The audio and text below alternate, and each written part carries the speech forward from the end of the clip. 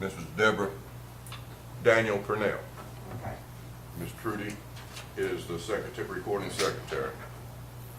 We're appointed by the grand jury to hear appeals of property tax matters that include value, uniformity of value, taxability, denial of homestead exemptions, and denial of special assessments. We are not connected with the tax assessor's office or any other county officials. We will listen to both sides of this appeal and make a decision based upon the information presented by both parties in this hearing. We hope you took the opportunity to read the rules and regulations we sent to you and the notice of the date, time of this hearing. The board will give the property owner an option to present the information first. If, however, the property owner wishes, the board will require the tax assessors to present the information first. The board will allow each party to present information without interruption. Upon completion of each party's presentation, both parties will be given the opportunity to cross-examine, rebut, or question each other in an orderly fashion as directed by the board. When all information has been presented, the board shall deliberate and make a decision. The deliberation shall be among only the board members, and no further input shall be allowed from the property owner or the tax assessors. Upon completion of the deliberations, the board shall make a decision. The decision shall be announced at the conclusion of the deliberations. The written and signed decision shall be delivered by hand with written receipt or by certified mail to the taxpayer. The original copy of the final decision will be filed with the County Board of Tax Assessors. If either party is not satisfied with this decision, that party has the right to appeal this decision to the Superior Court of the county. Are there any questions before we proceed? No, sir. Your presentation first, or would you like the county to go first? They can hold. All right. Y'all have the packet there.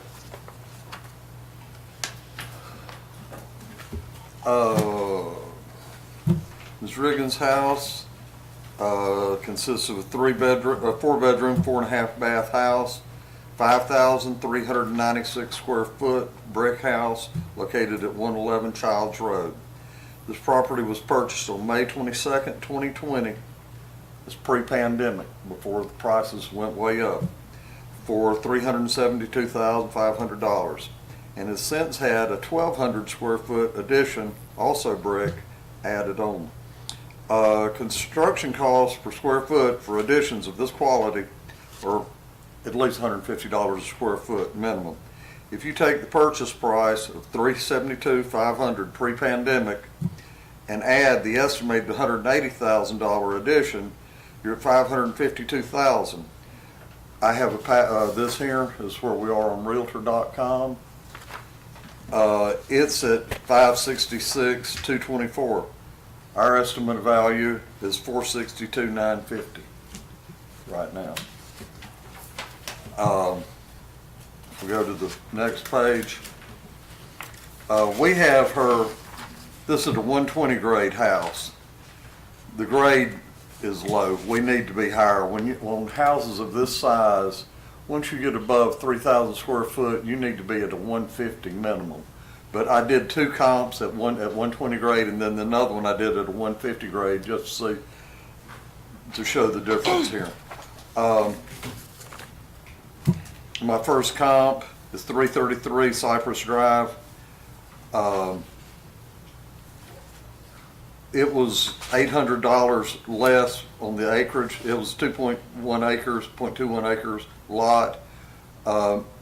Ms. Riggins is 7,800. It's $7,800 difference. The sales price, this house sold for $217,500 on December 20th, 2022. It's only 1,900 square foot. I couldn't find any other 120 grade houses that were this big. This is a big, nice, she has a very nice house.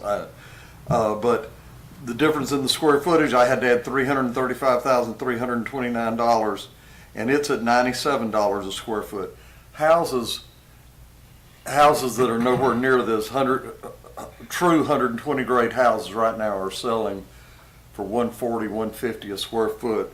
Ms. Riggins is at $82 a square foot right now.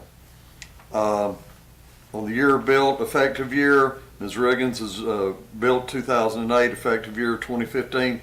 This house was built 2008, effective year 2010. I added $5,000 to bring that up. Both of them are 120 grade, no adjustment. Ms. Riggins has a 4 full bath, 1 half bath. So the comp has 2 full, 1 half bath. I added $15,000 to bring that up equal. Open porches, decks, patios, utility rooms. Ms. Riggins is $9,780. This house only had $568. I had to add $9,212 to bring it even. Garage, carport, Ms. Riggins, $17,580. This one was a lot smaller, $8,576, $9,004 difference. Accessory buildings, Ms. Riggins has some accessory buildings, $6,931. First comp has none. I had to add $6,931. Total adjustments, $381,276. Total value, final value of land and improvement, $577,276. Next comp, 220 Halley Lane. Difference in the land, it was actually more valuable, so I subtracted $16,700 for the difference between their $24,000 in land value versus Ms. Riggins' $7,800. This house sold on 4/11/2022 for $188,000. It's a smaller house. It's only 1,314 square foot. Ms. Riggins is 5,396. This house is priced at $113 a square foot. The difference between the two houses times the 113, $461,266. Effective years, this house was again built 2008. Effective year 2010, $5,000. Both 120 grade. This house had 2 full bathrooms versus Ms. Riggins' 4 full, 1 half. Added $18,750 to bring it up. Open porches, decks, patio utilities. Ms. Riggins was $9,780. Comp number 2 is $4,342. I had to add $5,438 to bring them even. Garage carport, Ms. Riggins, $17,580. Comp number 2 is $9,434. I had to add $8,146 to bring them even. They had no pool concrete or accessories. Ms. Riggins had $6,931. Comp number 2 had none. I had to add $6,931 to bring it up. Total adjustments, $488,831. Total value, $661,331. Those were both 120 houses. They were smaller houses, but again, this is where 120 houses are. On this next one, I went Piedmont Lakes for a better comp, and it is where hers. This is a 150 grade. Hers probably should be a 160, 170 grade, but this house had 0.43 of an acre, 23,000. Ms. Riggins' land was 7,800. I subtracted 15,200 there to bring the land prices equal. This house is valued at $318,500. It sold 5/20/2022 for $331,900. It's half of her size, less than half. It's a $2,341, 2,341 square foot at $126 a square foot. The difference between the two multiplied times the 126 is $384,930. Again, Ms. Riggins built in 2008, effective year 2015. This house built in 2008, effective year 2010, $5,000 difference. The difference between the 120 grade and the 150 grade is $30,000. I subtracted $30,000 because it's a higher grade house. Ms. Riggins' house, 4 bath, 4 1/2 baths. This is 3 full baths. Actually, I should have added more here. I only added for a half. I should have added another $7,500 for the other, but we won't worry about that. That was my mistake. Open porch, deck, patio utilities. Ms. Riggins, $9,780. This, my comp number 3 only had $746. I added $9,034. Garage carport, Ms. Riggins is $17,580. This comp number 3 is $11,342. Difference $6,238. Again, they had no accessories or anything. Ms. Riggins had $6,931. I had $6,931. Total adjustments $370,000. $683. Total $689,183. If you'll look through, if you've looked on here, on the first thing, I have pictures of the side of her house and then the 1,200 square foot addition that I put on there. This house, like I said, she has 5,396 square foot. That is a huge house, a huge, nice brick house.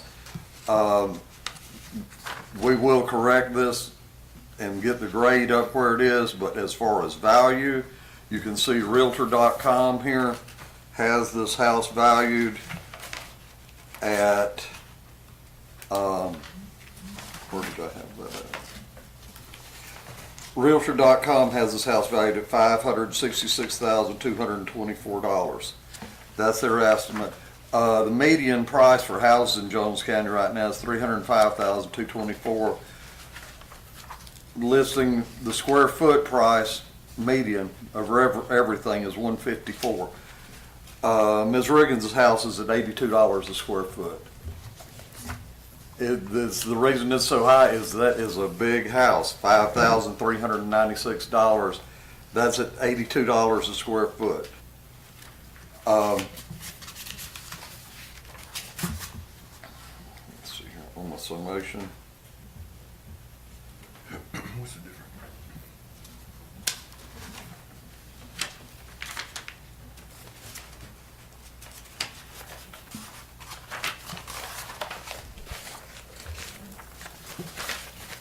Can I borrow yours? I lost my summation.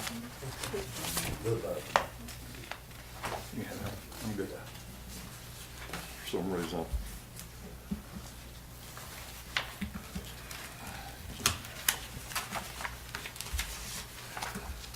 Subject property is a 4-bedroom, 4.5-bath, single-family brick residence located at 111 Childs Road.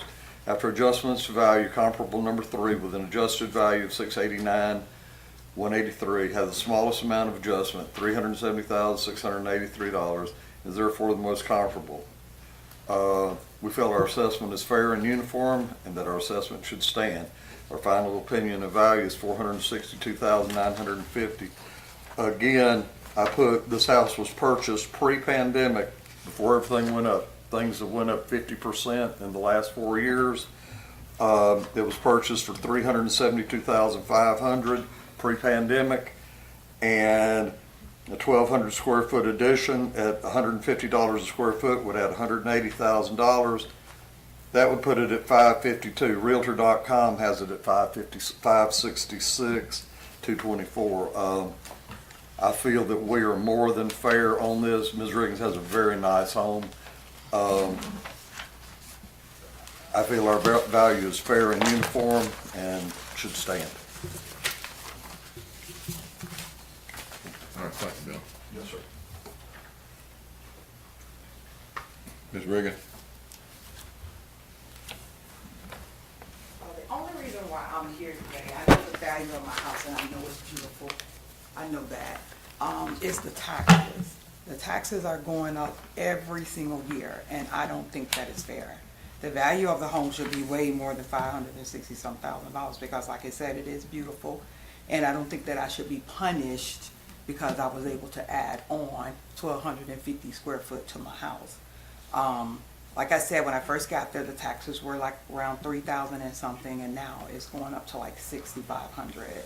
Which this is the reason why I'm here. It's not for the value of the house because the value of the house should be way more than 400 and something that he's putting there as well. But that's really the only reason why I'm here because I'm really appealing the taxes on that part. That's it. All right, thank you.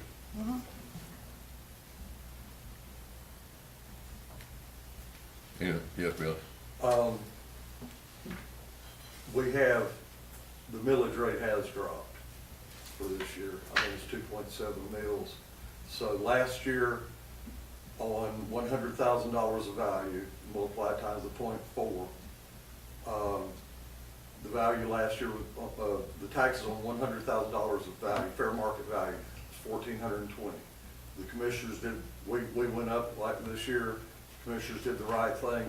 On $100,000, it dropped from $1,420 last year to $1,312. With the note, so the assessment notice that went out, that isn't the number you're going to pay. The tax, the millage rate has went down.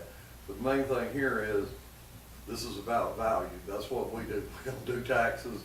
What we're here to do is values on this. And I feel we're more than fair on this. But the millage rate has dropped, and as long as things keep going, this probably gonna keep dropping, because we're gonna have to go up some more. We're still low. I've got a page of sales here. Sales this year, everything is still selling for a third to a half to double where we are. We are tied to the market. When the market goes up, we have to go up with the market. We go up, the commissioners, they lower the millage rate, everything works out. It's system checks and balances. It works. I hate anybody has to pay more taxes or anything, but over in the long run, you're not going to pay really more taxes. As the millage rates come down, everything should remain roughly the same. The millage rate is now, last year it was 35,520. This year it's 32,800. So it went down 2.7. Hopefully next year it'll go down again, and we try our best to be fair and uniform with everyone. Ms. Riggins, yes, the house, the value is good. If you put that on the market day, it'll probably sell for a lot more than what Realtor.com has.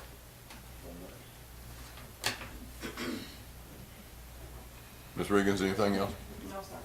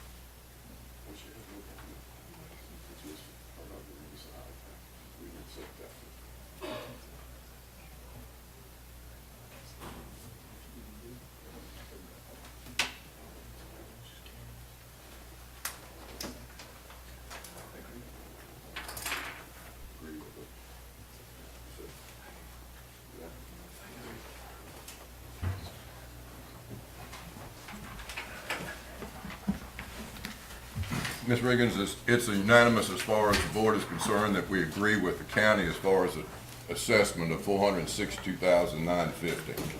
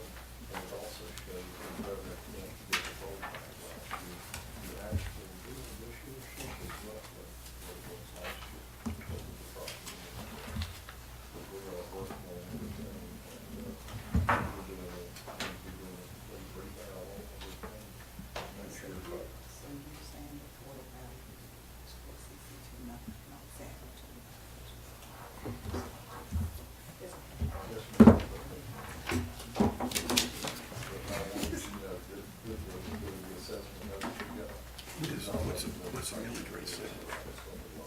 32? It's over 32. 0.328.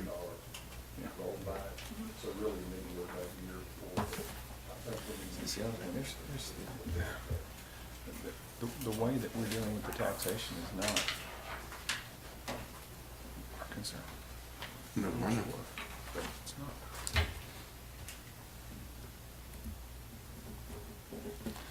It's a done deal. Yeah.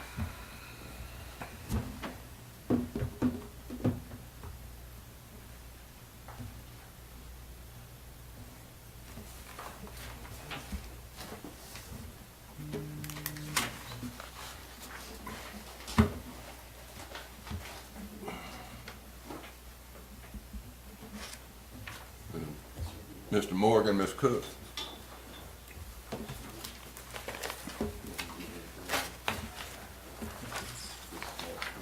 If you ever, were you here on my presentation or my description, okay? No, sir.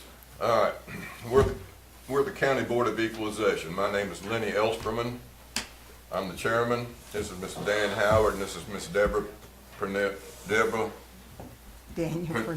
Purnell. Sorry about that. We are appointed by the grand jury to hear appeals of property tax matters that include value, uniformity of value, taxability, denial of homestead exemption, and denial of special assessments. We are not connected with the tax assessor's office or any other county officials. We will listen to both sides of this appeal and make a decision based upon the information presented by both parties in this hearing. We hope you took the opportunity to read the rules and regulations we sent to you in the notice of the date and time of the hearing. The board will give the property owner an option to present information first. If, however, the property owner wishes, the board will require the tax assessors to present information first. The board will allow each party to present information without interruption. Upon completion of each party's presentation, both parties will be given an opportunity to cross-examine, rebut, or question each other in an orderly fashion as directed by the board. When all information has been presented, the board shall deliberate and make a decision. The deliberation shall be among only the board members, and no further input shall be allowed from the property owners or the tax assessors. Upon completion of the deliberation, the board shall make a decision. The decision shall be announced at the conclusion of deliberations. The written and signed decision shall be delivered by hand with written receipt or by certified mail to the taxpayer. The original copy of the final decision will be filed with the County Board of Tax Assessors. If either party is not satisfied with this decision, the party has the right to appeal this decision to the Superior Court of the county. Are there any questions before we start? All right. Would you like to present your information first, or have the county present their information? Well, let's let the county do, so that we know what we're looking at, because looking at this, it looks different than what we had. Okay. Yeah, it looks a little different than what we received.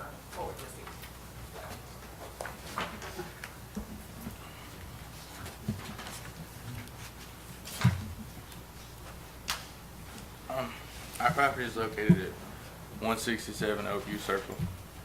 It's a it's a single family property. We have it listed for $251,209. It sits on 1.42 acres, and if you look at my comp sheet, it should be the third page I got.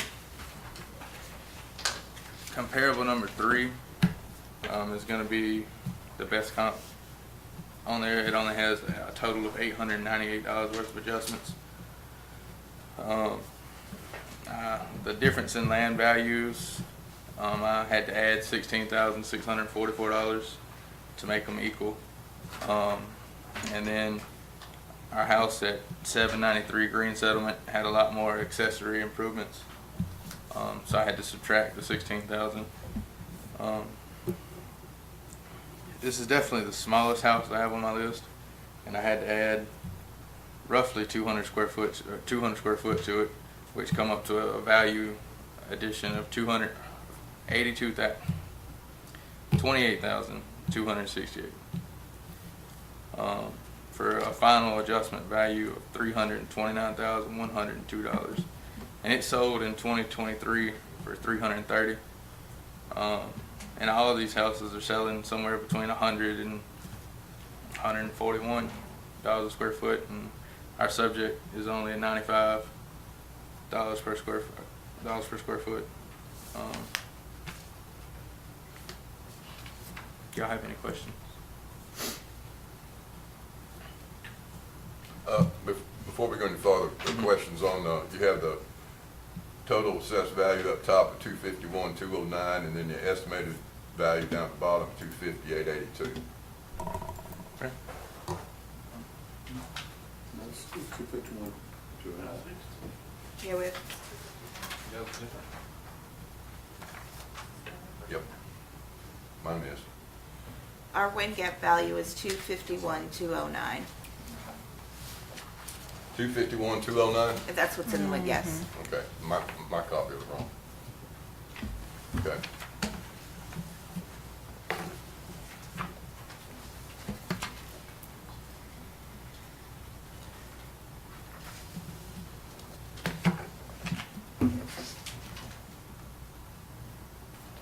Good.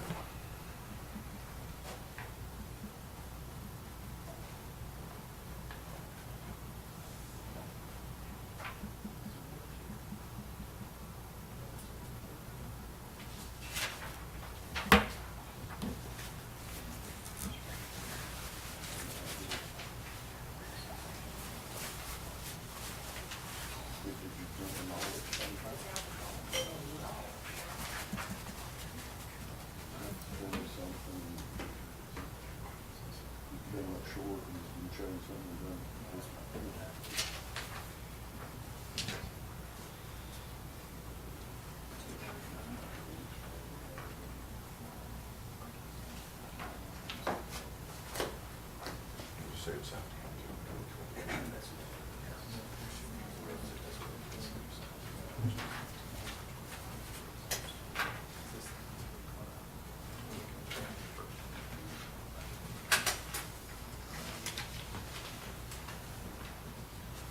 Correct.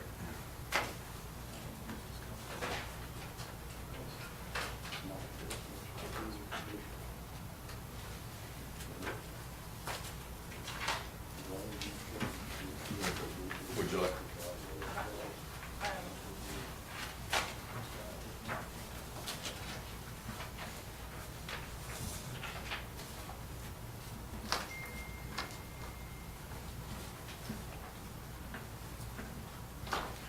Go ahead and give them what you got, because I don't know, I'm confused about what we're looking at. Okay, I'm just gonna tell them what I got written Yeah, down. okay. After looking at what y'all got, good morning, I'm just gonna go ahead and say what I already had planned on saying, but, we disagree with the increased value based on the improvement value, the increase in tax value, or rather, what would increase our tax value, and then on supposed issues or alleged issues within the tax assessor's office.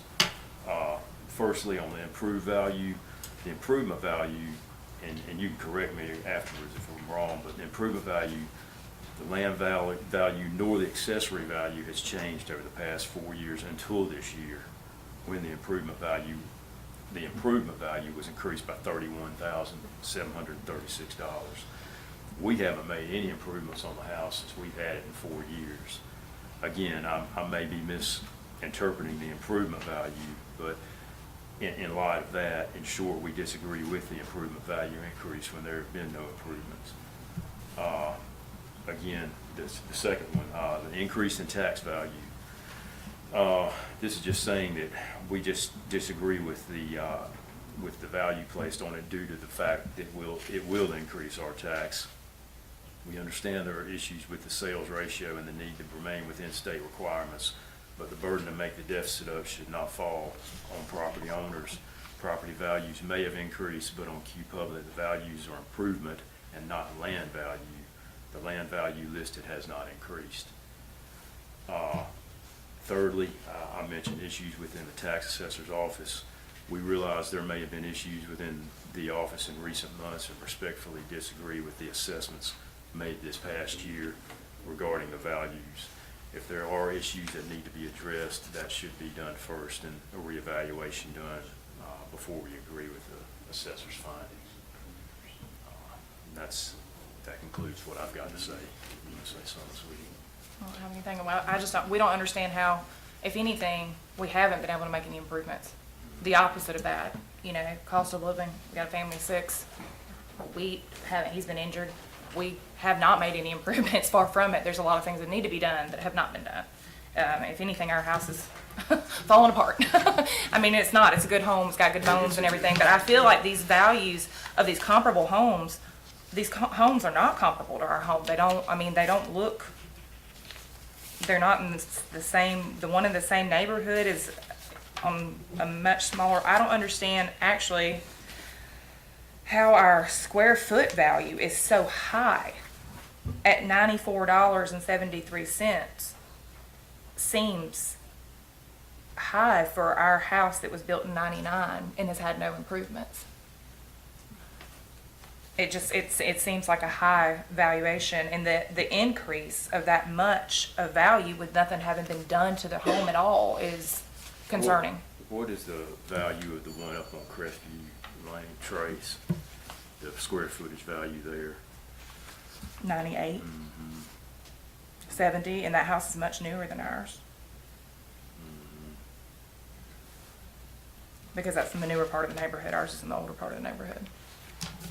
And that's all we've got. I mean, more, I can't think, I feel like I'm leaving with more questions than I have answers, but that's all we've got. What kind of issues do you have with the house? What's going on? We don't have any issues with the house, it just needs improvements. It's getting We just older. like them improved. Yeah, I know it's getting that. older, I mean, it The needs, deck's you know, gonna need to be improved. the deck's gonna need to be replaced. It Just hasn't, eventually, we're gonna have to be doing things and but we haven't. haven't The deck, done anything. we've got, you know, stairs we'll that are, possibly, our air conditioning units are getting old and there's a lot that we just don't have the money to do right now, and haven't, you know, for a few years now, obviously, because things have, you know, changed financially for everybody, and much more for us. We adopted 2 children during the pandemic, which is why we moved into the bigger house. It's just this burden seems like a lot with not a lot of substantiated visible change that's happened to the property. Do you know what percentage the increase is? the increase was 31,000, so I guess if you took that, the percentage out of 251, but I calculated that, I couldn't do it in my head right now. I don't know what I couldn't do it in my head. I'm not good with numbers, but. What was it last year? Last year was 219. 14.5%. That- Which seems that like a is lot when we haven't yeah. done anything to improve the value of our property. All right, thank you. Okay. All right, thank you.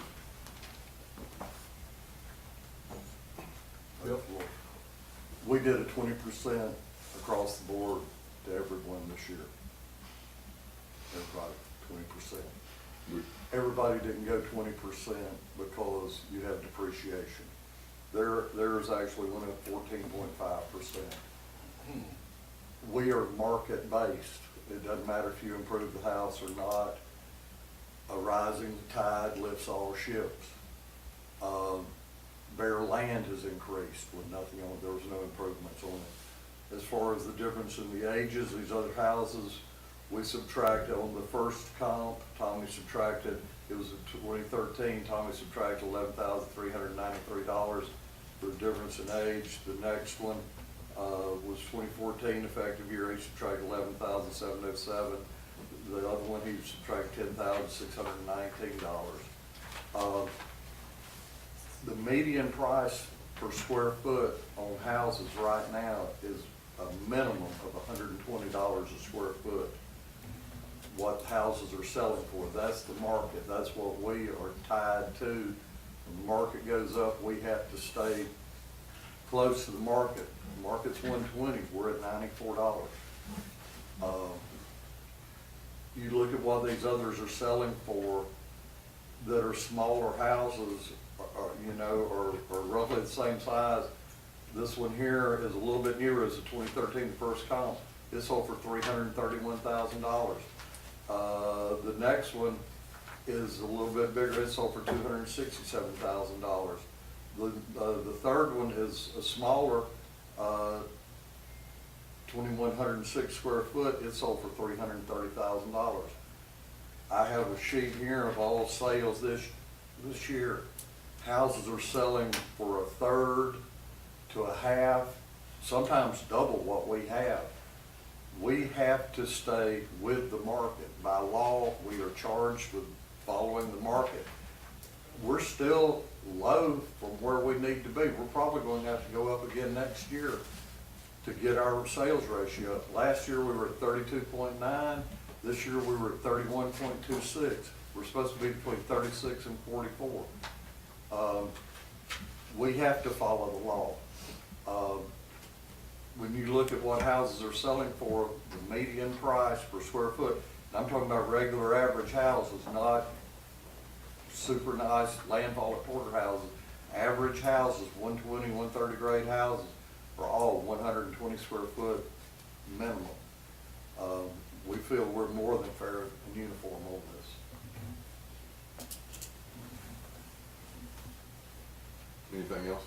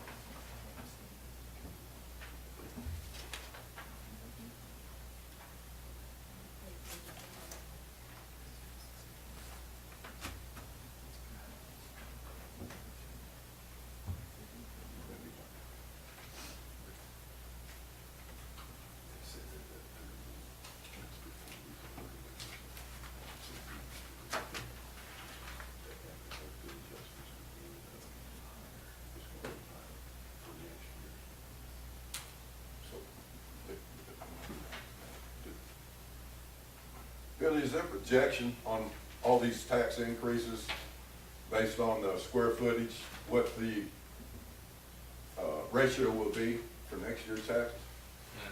I can't predict that early. But what I can say, when the bill that y'all got, the assessment notice you got in May, that was using last year's millage rate, which is 2.7 mils higher than it is. Last year, per $100,000, it was $1,420. We're not really supposed to be discussing taxes, but I'm there. It dropped $108 for every $100,000 in value. Also, last year, when y'all were looking at your tax bill, Governor Kemp did that rollback last year, and you got a $400 or $500. So really, the best thing you could do is to go back and look to 2 years ago where you are. But when Brian sends the bills out here before long, I don't think you're really looking at that big of an increase. So that's what's upset so many people this year. They look at last year's, and Kemp did that $400 or $500 rollback, and they think we jumped up. The value went up 14.5% on their property. We went up 20% across the board because of depreciation and everything. Theirs is at 14%. But I think once you get the lowerage of the millage rate and everything, I don't think their tax bill's going to be bad. Everybody's property on the assessment, the increase in square footage adjustment was shown in the improvement value. Is that correct? Yes, it's, Okay. Yeah, because that's been very confusing for us. Yes, it has been for everybody, but that's the only place that it could show up on the assessment side of it. We last year, we're supposed to be, ideally, we're at 40% of fair market value, to be perfect. They allow us to be 36 to 44. Last year, we were 32.9. This year's number, which is actually based on last year's, that isn't including this, the 20% this year, but we went from 32.9 last year to 31.26 this year. That's on last year's. We made 9,400 changes last year and still dropped on our number. Right. So that we had to do the big 20% jump this year to start trying to get right. We're doing what we are bound to do by the state, and when it all works out at the end, that's like I said, we did the way we were supposed to this year. We went up to 20. The commissioners, they did what they were supposed to do. They lowered the millage rate. As this goes up, there's the checks and balances are going to keep, because the budget remains the same, roughly. I mean, it may go up a little bit or everything. Your millage rate comes from dividing the budget by the digest, the total value of all taxable properties of the county. As long as the budget remains relatively the same and the digest increases, the millage rate goes down, taxes remain roughly. They may go up a little, but it isn't gonna be the big jump that it looked like on there. Thank you.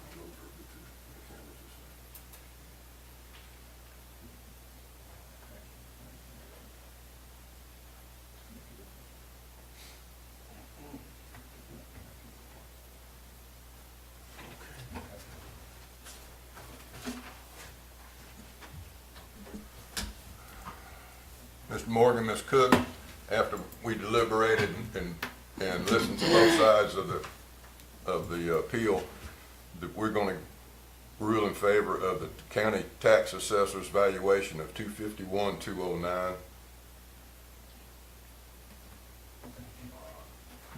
I mean, we agree with that, and I will say, just in closing I think that a lot of the controversy and upset within the county with the property owners right now could have been prevented with clarification of what the increased Improvement values, correct. was. If that had been, we wouldn't be here right now. Right. If that had been clear or communicated to property owners when that initial letter went out, as well as the millage rate decrease and everything, like that all being said now gives us a whole new light on how it looks, and we, you know what I'm saying? Like, we thought that our value had gone up, improvement value, when we knew we hadn't done anything. And I think that that's probably the crux of a lot of what's happening right now with all this. The problem we have in the county is the lack of education for this. Yeah. I have been mentioning for months that we need to get ahead of this. Yeah. I've suggested Facebook, videos, newspaper, whatever, we need to get ahead. And I had a conversation with commissioners recently, several of them, about actually putting an explanation in the tax bills or the water bills, so it makes more sense, because you do not know, as a citizen of this county, what they're actually doing. Right. And the staff is doing their best to explain it, Right. but But at this point, it shouldn't have even gotten this far. We wouldn't be here. you wouldn't have appealed the taxes Right. had you known. No, not at all. So getting ahead of the problem is something I've been after for months and months. I want to thank you for coming in and taking the time. Yes, sir. We appreciate it. Have a good day, guys. Yes. Thank you. You too.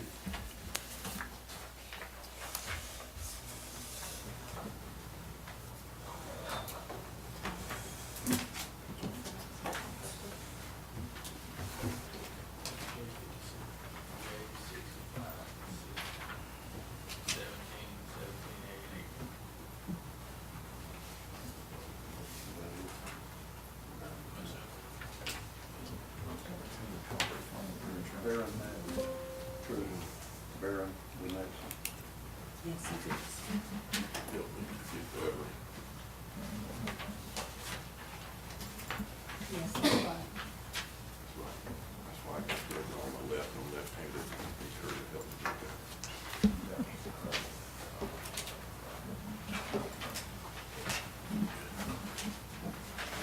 Which one we got now?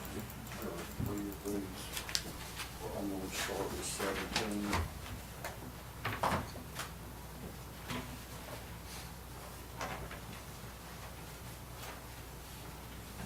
You know you are. We're not discussing it right now. I want to make sure you. That's what you do. Nancy would be proud of you. That was it.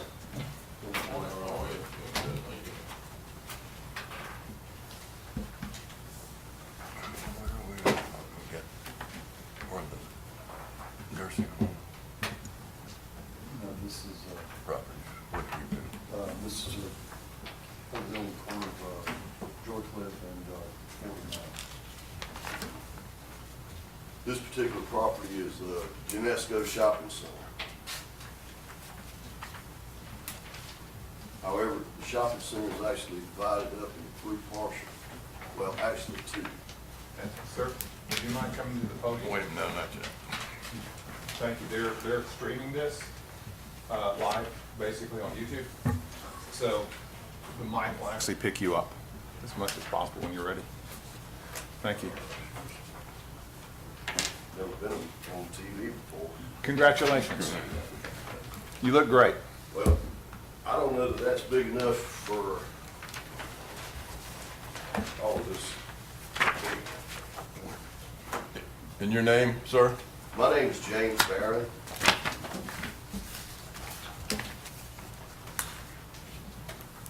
James, were y'all present when I read out the required memo? We were. Okay. Is it all right if we just proceed in the hearings then? Deal with that. Okay. Since I can't get all this stuff on that podium, you mind if I just kind of keep it spread out here? It's, Go back and forth.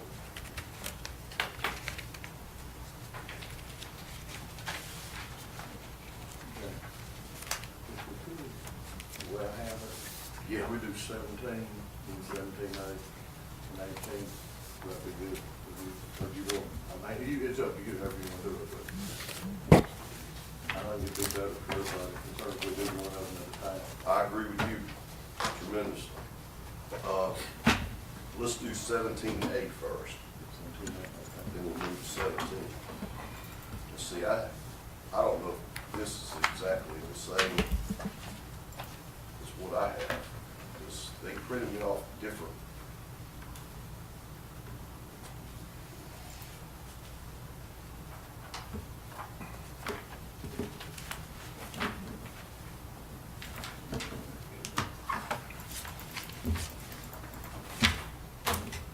Go ahead and examine.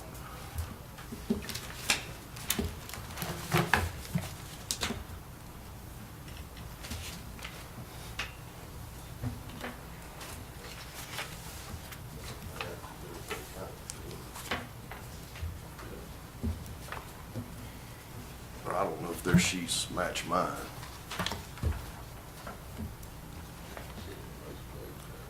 Okay.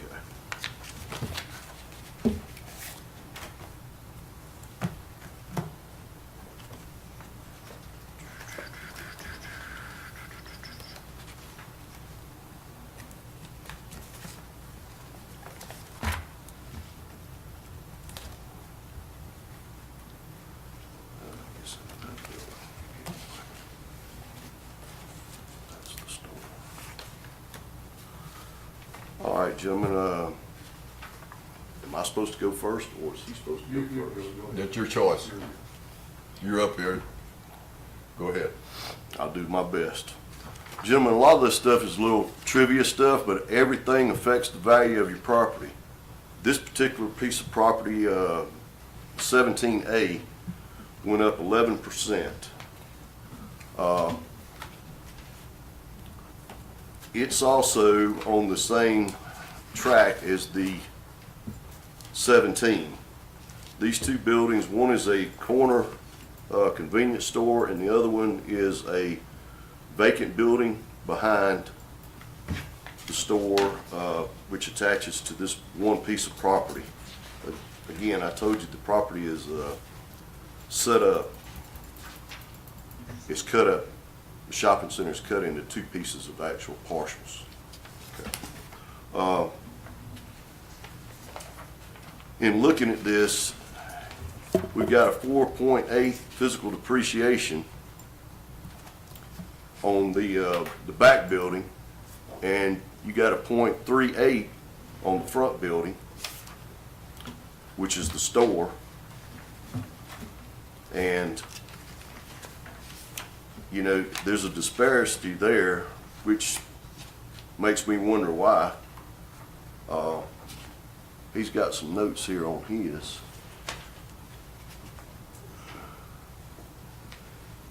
He's got the grade at 90 on both, which is good. On these particular pieces of property, these buildings are old, especially the one behind the store. They were actually built, this whole shopping center, I don't know if y'all remember a guy named Wally Seekins, probably before y'all's time. But anyway, he actually built all this. And most of the buildings, when they were built, were used as storage units. So they've been modified over the years. But just looking at those two buildings, you know, like I said, there's a disparity in the physical depreciation.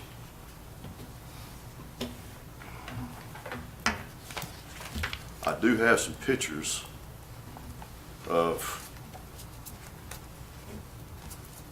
the buildings, and the worst part about it is, and you're gonna find out through my whole presentation, y'all ever heard of masonite siding? Yeah. It's everywhere in this shopping center, and it's just rotting away. That's the back door of the actual store. But the whole shopping center, if there's wood involved in it, it's masonite, which, as you can see, it likes to just rot out. It was actually recalled back in the 80s. Am I right? You remember that, don't you? I remember the 80s, Masonite.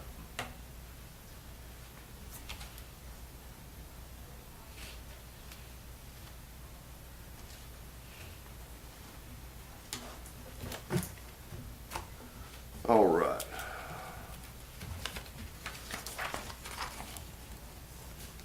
Let's go to the next partial.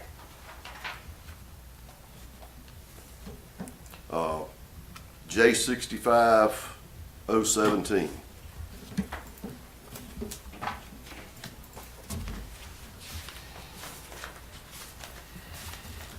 As I go through, I have to get down and just look at everything. And when I get to, let's see, are y'all on the same?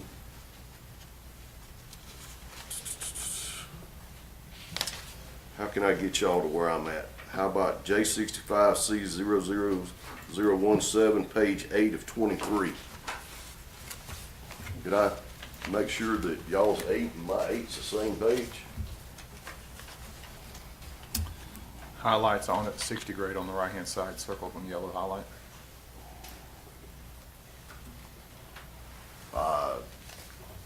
Huh? Is that enough? Oh, you talking about, I'm sorry, I'm not looking at his. You don't have yours. Do you have something that's different that you can pass out? Hang on, let me make sure. Yeah, 8 of 23 is where I'm at. Which type is that? Is that retail store, service garage? It should be top left. On 17, number 8. It is storage warehouse. Storage warehouse. I don't have this individual. One thing that stood out, I mean, this thing was built in 2015. It's only depreciated 1%. That's kind of unusual, isn't it? I mean, shouldn't it be? I don't understand how you got the physical depreciation at 0.99. Just it just don't jive. I mean, even if it was set up on a straight line depreciation, shouldn't it be a little bit further along than that? But it's only $9 a square foot. Well, I'm just looking, I understand what you're looking at. I'm just looking at the numbers, because everything affects it.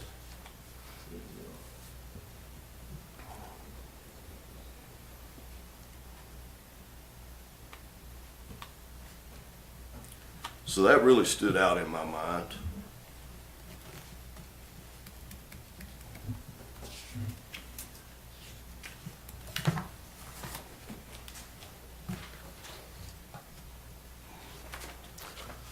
Let's see.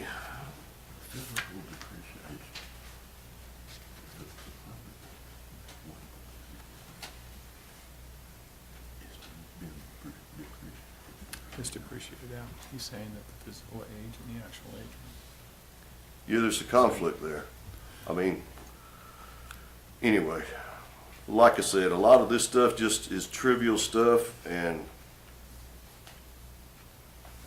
but everything affects the value of the property.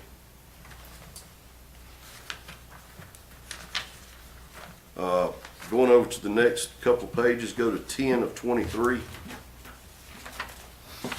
Something that kind of stood out is when you look at the used as and built as. Shouldn't those be the same?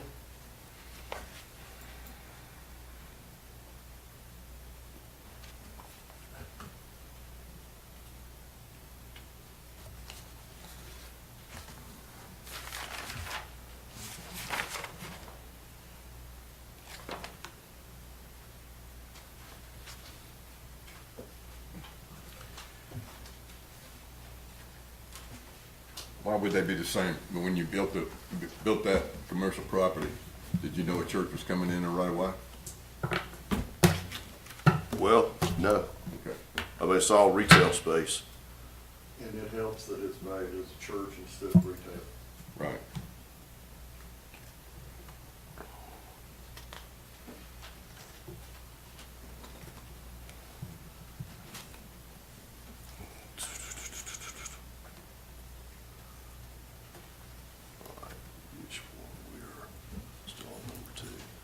Again, I've got some pictures here of these buildings.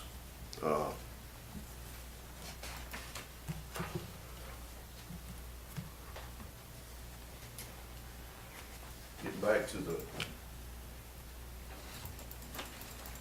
the actual condition of the building, which goes along, I guess, with depreciation and everything else.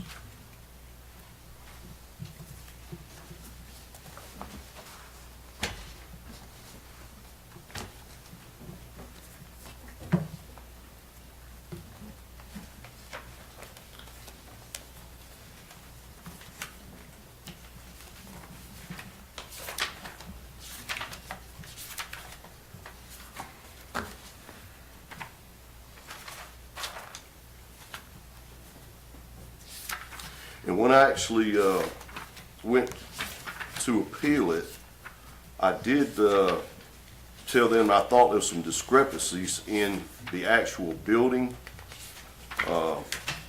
one of these buildings, and that I thought I was being charged for it twice. And it's kind of hard to explain without having the building here, so I did take some pictures. Well, take those on my phone. But this building here,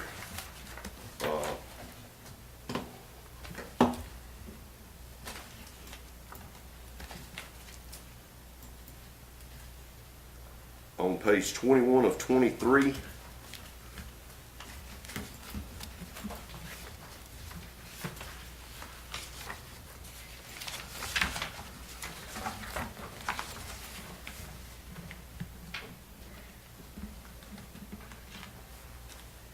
this is actually, the 21 of 23 picture goes with the building that is, Is that the correct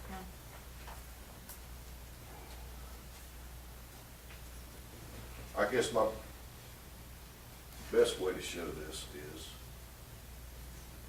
that picture the actual diagram, the drawing on page 21 goes with the building that's on page 3.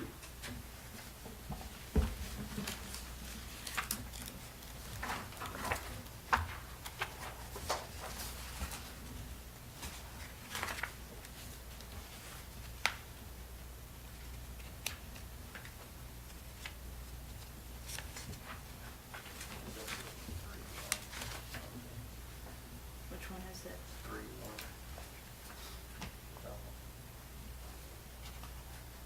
That one right there?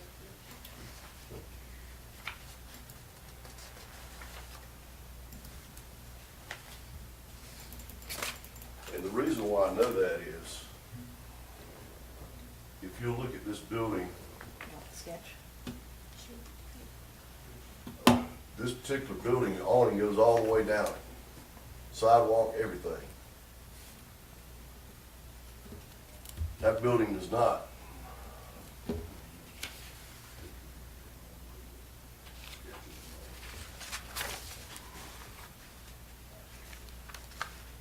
This is the actual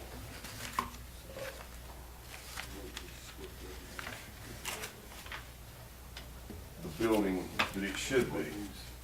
See where the sidewalk stops? Yeah. See where the sidewalk stops? And, you know, I did mention it, am I right? That I thought those buildings were messed up or confused, there was some confusion there. We made, and I asked you to give me a call so we could sit down and look at it, but I never heard from you. But either or, there's a discrepancy in there somewhere.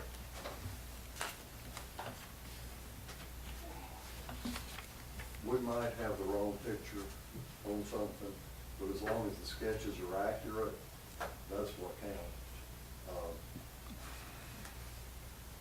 And I believe we do have the picture wrong on there, but the sketches are right. You remember a few years ago, Henry and I went out there and measured everything. So our sketches are right. Your square footage is correct. Square footage correct. on 40 buildings, we probably got a picture wrong. I'm sorry. What happens? But the square footage is right on these. Are you good with the square footage, James? I'll be honest with you, I haven't gone out there and physically measured it myself.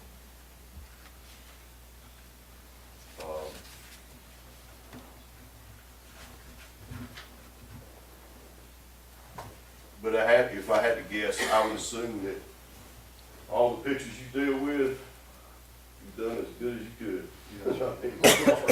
I mean, If we get the sketches right, that's what matters. I mean, just my little bundle right here is kind of confusing, and, you know, when I first looked at all this, I was like, man, you charged me for the same building twice, but it was how they had it broke out, depending on the usage and the square footage.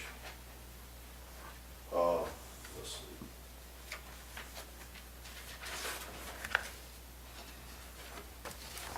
Also, on one of these particular buildings, let me find it.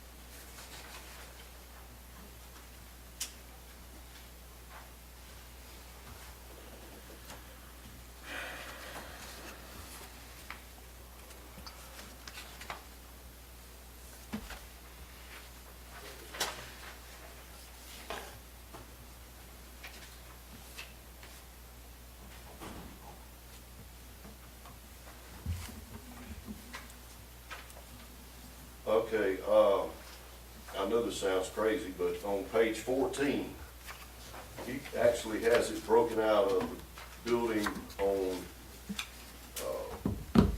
as far as the improvement section.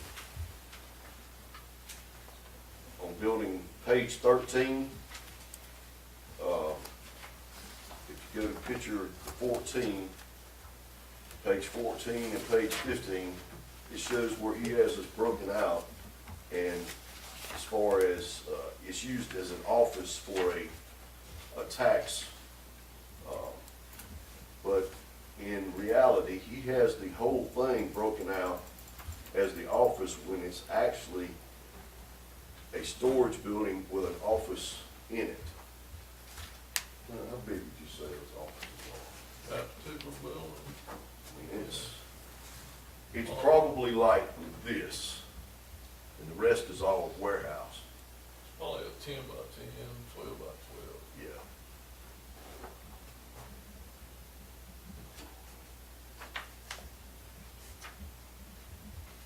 Yeah. As you can see, it's got the roll-up door on the right side of it. And if you look real close, well, this will give you a good idea how small it is. There's her door. That's the office part. It's divided with the next unit, which has got a little office in it, but it's all storage too. You see what I'm saying? So it's not all, that whole area is not considered office space. In fact, that's the cheapest rent in the whole shopping center. Yeah, actually it is. But she serves the community and Yeah, she just does that part-time, actually, she's retired. she does well. But she does have that thing slapped full of storage. And I mean from top to bottom. As in you can't hardly walk in it. But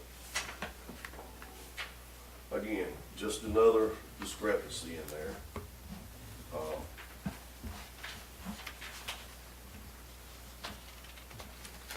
If you go to page 21, that's the building that I showed you a picture of where it stopped and went on, where the sidewalk stopped. And of course, as you can see to the sketch, that that sketch doesn't match that because the awning stops, the sidewalk stops. So,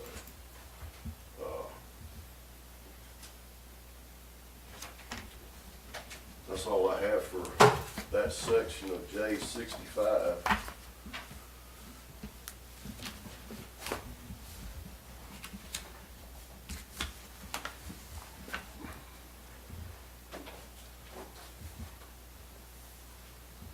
All right, let's move to J65018.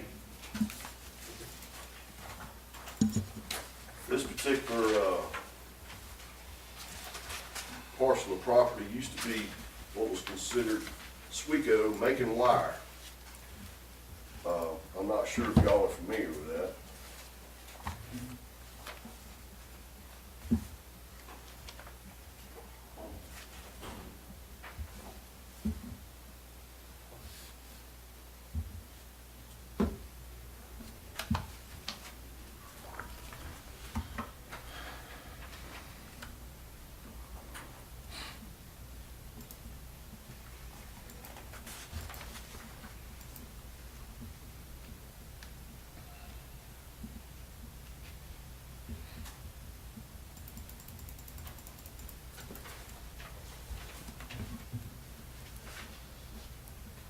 Okay.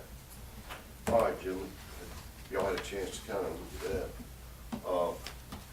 I'm referring to page 2, which I consider A on my sheet. Anyway, if you look at this, the effective year built date is not in the actual year built. Date is different.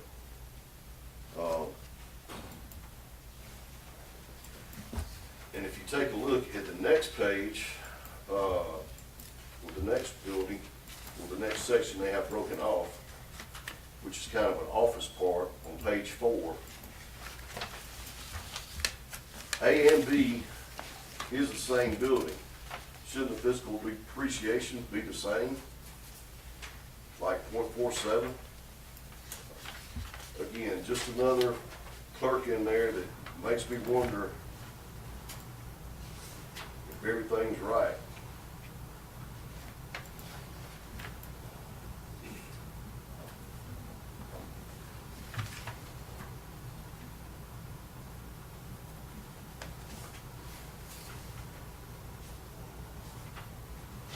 Okay, moving to the next building, this sits behind it. This is kind of, May I ask a question before we move on? yes, sir. This page we're just on that has a different effective year, were there any improvements done to the building? Did you do anything to it? Change the windows, do siding, anything? Was it just the way it was since you've had it? Yes, sir. Thank you.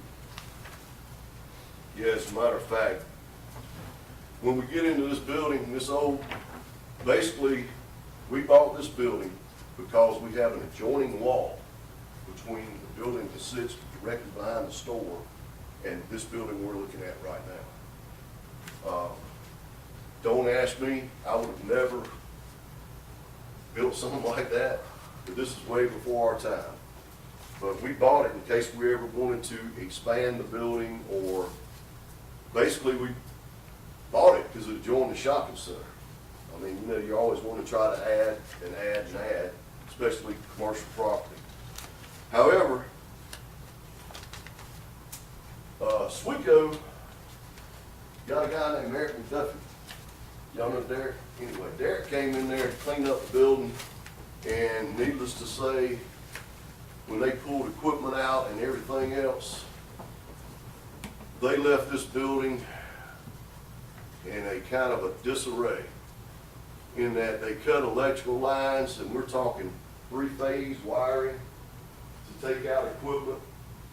They took out all the overhead ceiling, lighting and ventilation and everything. It's kind of crazy, and I've got some pictures of that, but let me blow through this real quick on this last building.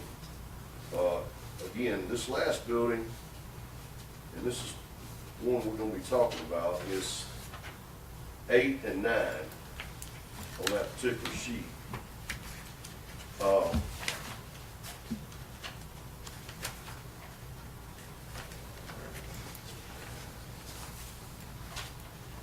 this building is built in 2006. Well, this building, probably over a third of it is older than me anyway. So I wanted to kind of enlighten you on that. And this is the office part of the, let me kind of back up and show you the front building where the office part was. Not in good shape. Roof's leaking. This is the one that has the adjoining wall. Even in the warehouse area, you know, and I don't know if anybody has ever tried to deal with a common wall with two roof lines. It don't work real well.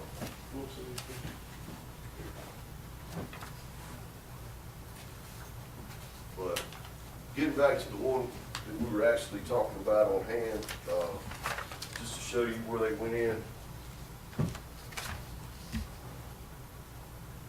I actually got an electrician out there. So we cut all the three-phase.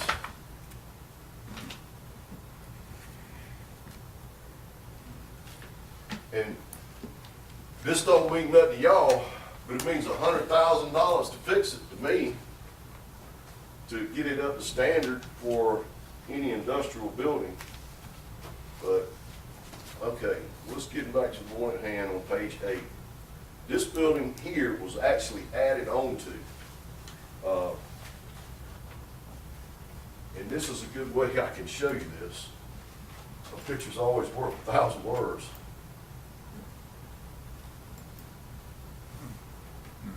This is supposedly a steel structured building, right? The whole building. Here's the inside of what I just showed you. See the wood trusses? And I'll tell you this, if you can look at those windows, they ain't made those windows probably since the 60s.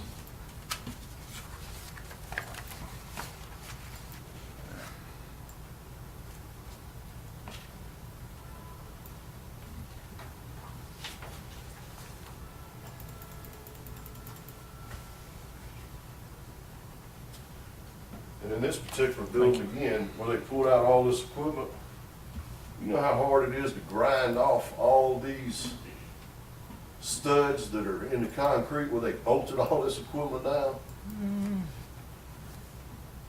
I would love to say there's only about 10 of these, but there's probably about 80 of them. So you gotta watch where you park, watch where you step. But we're steadily grinding them down.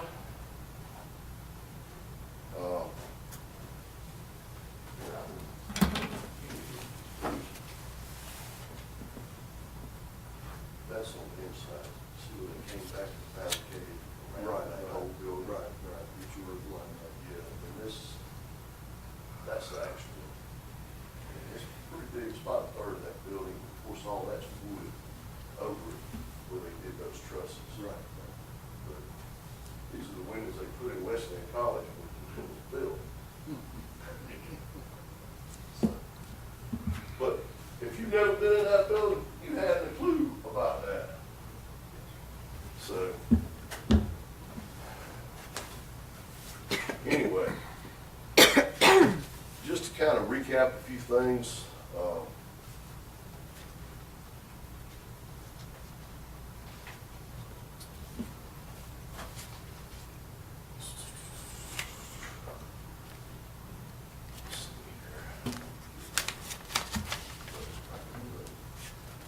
The first piece of property went up 11%. The second piece of property we talked about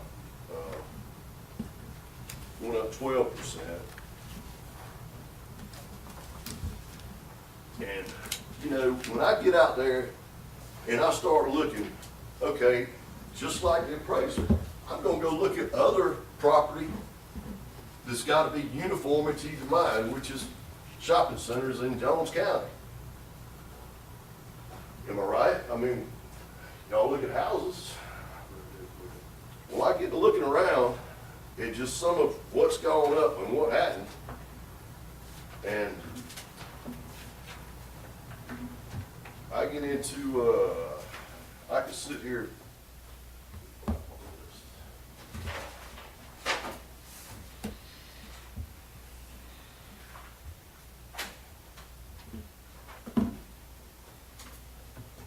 So I sit down and I go through and start looking at everybody else's, and, you know,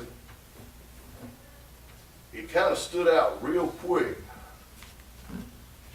that some of the parcels hadn't gone up at all. So I went to Gateway Development Center.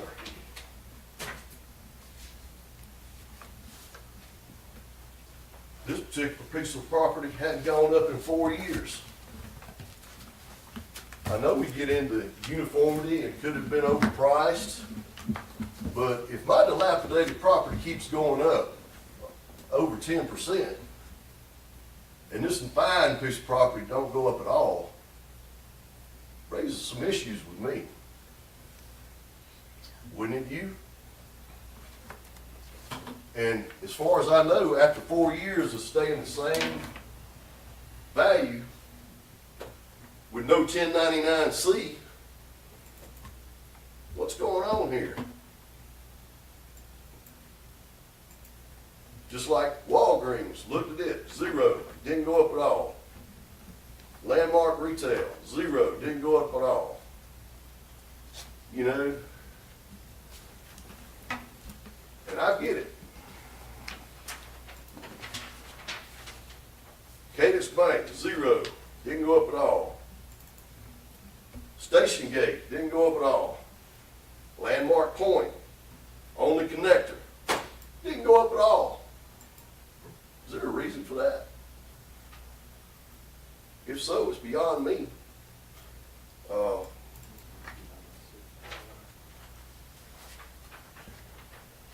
So, just in conclusion, I know a lot of this stuff we've talked about may seem very trivial. However, it all goes into the effective value of the property.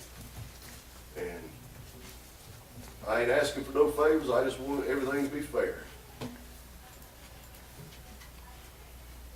So, at this point,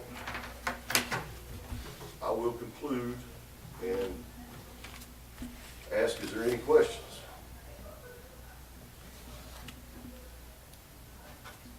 Good presentation, thank you. Well, I appreciate all y'all's time.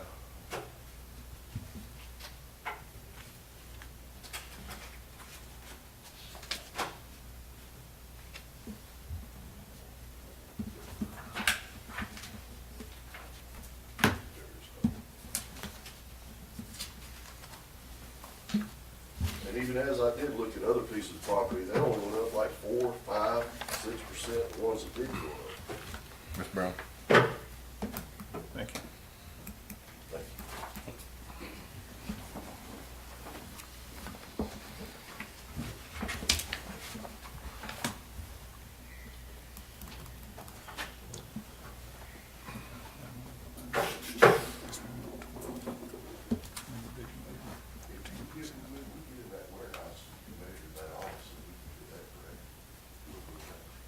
All right, it's based on, almost based on square footage. Yes. Yeah, it looks like values. Looks like that's what it is. Where do you want to start? I'm a logical guy, let's start with 17. The 17, 18. Gateway is on, based on income, that's why I had an increase. The others named are on 299Cs, that's why they have an increase. We are constantly reevaluating, and I guarantee you within the next year, everything's going to be looked at very hard, very closely, and I do want to get with Jamie. And for next year, do everything. But let's go through these if we could. J65C 17 went up overall 13.7%. The one thing that James asked about is you have two here that are the same. and are roughly the same, but we will change this depending on the use, for the life expectancy, and that's where you get into differences there. We do that to their favor, to their benefit, like that was built as an office. We changed it to a church because they're probably not getting from the church what they would get from an office building. We did that to their benefit, to try to be fair and uniform. And to be fair, a lot of that he has are empty, and he ain't making no money on it at all. And I won't tell you. and I feel we've been more than very, Emery and I were out there a couple of years ago, and we went over, we remeasured, I think we remeasured everything. I'm more than willing to go remeasure everything and look at that you were showing me. But we know he isn't in downtown Gray getting premium rents and all that, and we're trying to be fair. On J15, 17, we'll start on page 2 of 28, 2 of 23. It's a 9th grade, built 1973 effective year. Physical depreciation is 19%. 81% of the value is written off. The 9th grade, it's at $8.42 a square foot.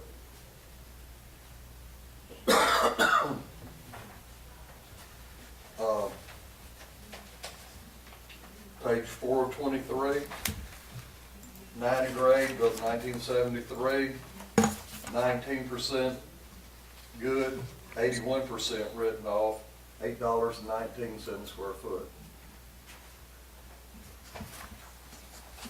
Are you saying the effective year is the same as the actual? Yeah, but we didn't do an effective year. Then you're on it. effective, thank you. I think this is one of those that is unrented, and we wanted to, you have to have a residual value. You can't go down to zero. Correct. I mean, $8.19. He isn't making money on it, but we have to put something on it. Thank you. It's empty. He's got quite a few things that are empty. Page 6, 9th grade, year built 1973. Physical depreciation is 0.29, 71% is written off. 9th grade, he's at $9.91 a square foot.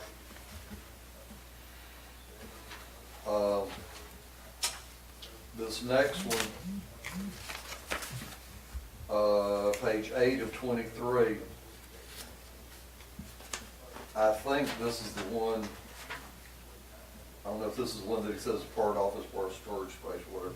But anyway, that's the one that is at 99%. The 2015 effective year, it is showing only at 99% good, only 1% written off, but it's only at $9 a square foot. That's what we need to look at, what your price per square foot. You have a building value of $61.92 on that? $61.92, and it's 5,835 square foot. Okay.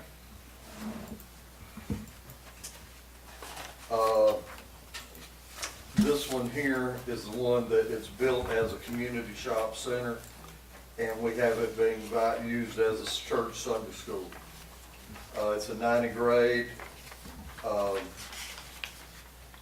built in 1994, effective year 1994, have to 74% good, 26% written off.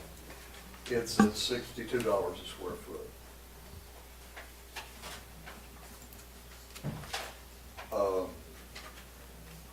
Page 12 of 23, 90 grade. This we have as a store, is built as a community shop center, community shopping center, being used as a storage warehouse. They have different life expectancies and all that. That's where we get into different, you know, to look the same from outside, but depending on how we have it put down, that's why you get different values, you know, life expectancies and things. Again, we always lean towards the taxpayer on things. We try our best to be fair and uniform on everything. This, we have built in 88, effective year of 88, fiscal depreciation is at 62, 38% is written off. That's at $10.62 a square foot.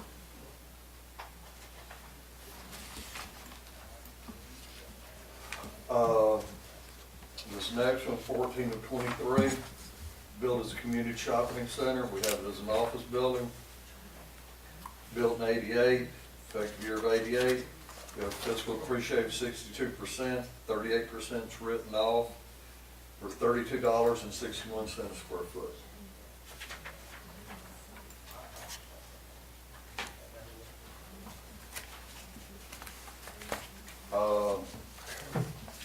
Page 16 of 23,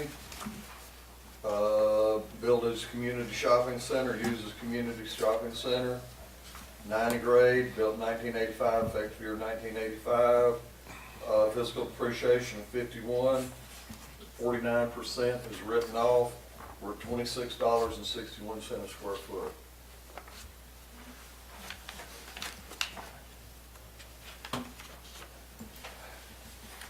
Page 18 of 23, Auto Service Center. 90 grade, built in 85, 85 effective year. Fiscal depreciation 51%, 49% is written off. 90 grade is at $9.99 a square foot.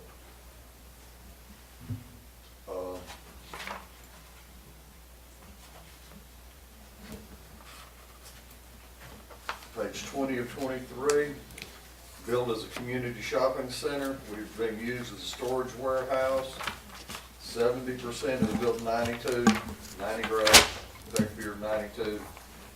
Fiscal appreciation of 70, 30% is written off, 30% is written off. $13.45 a square foot.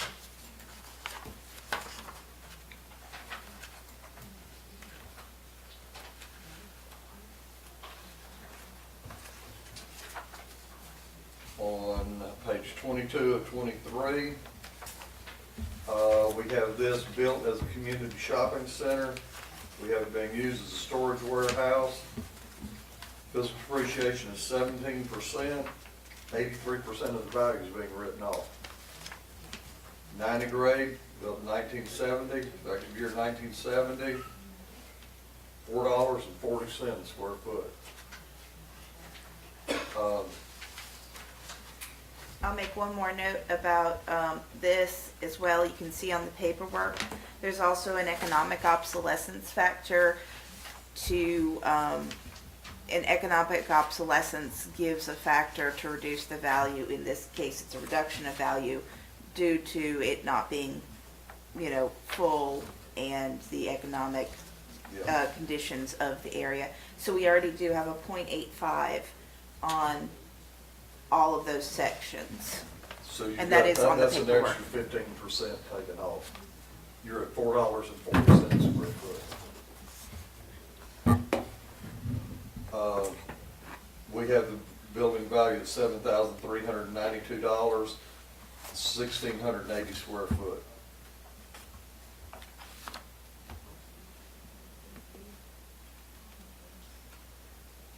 Again, we know a lot of these, I mean, were $8, $4, $6. I mean, because so much of this, he's got a lot of empty space, and if he's not making money on it, we have to charge something. We have to have a residual value on it, but we want to be fair. And like I said, all of these, I don't know if we can find another shopping center anywhere in Jones County where we're this low, but the area he's in, the fact that so much of it isn't rented, I feel we're fair and uniform on this. There may be some things we need to go look at. I'm more than willing to go look at it. But for this year, I think we're fair and uniform on this. I think we've tried to take into account that he isn't making money on this, but we have to charge something. We have to put a value on it, but, if it was rented and he was making, thousands of dollars a month, of course we'd go up, but he isn't really making money on it, but it's there. We have to have a residual value there. but I believe we're fair on that one. That's 17. 17A, we went up 12.36% this year.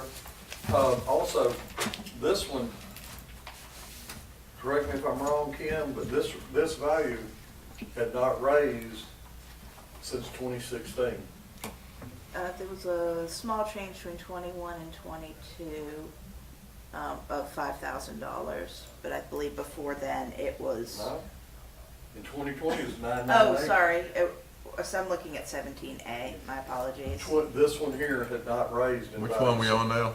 What we looking This- at? this- Oh, 17A. 17. Okay, including 17. 17 had not changed in value since 2016. Yeah, 2016 it went to 998, 152, and it stayed there from 2016 until this year. And Correct. overall, since COVID has came, everything has went up. This hadn't went up like residential's or anything like that, but overall, everything's went up. But we had not raised these values in 8 years. Those had stayed the same. So in 2020 had 998, 152, and 2023 had 998, 152? Yes, sir. And then you can go all the way back to 16 and it's 998, 152. Say 2022, 120, and if I do pin history back to 2016, this shows the 2016 tax year. It dropped from where it was It in dropped. 2015. Yes, 2015, it was 1,005,876, and it was dropped to 998, 152, and it's been at 998, 152 since the 2016 tax year. Thank you. 17A. 17A went up 12.36% this year. It has, in 2020 was 541. 2021, 541, 759. It went up $5,000 in 2022, and then this year it went up to 12.36%. If we go to page 2, we have this as a community shopping center, and that's built and used as. Built in 1990, 1973, year built, 1984 effective year built. We have the depreciation at 48%, 52% written off. 90 grade, we're at $20.64 a square foot.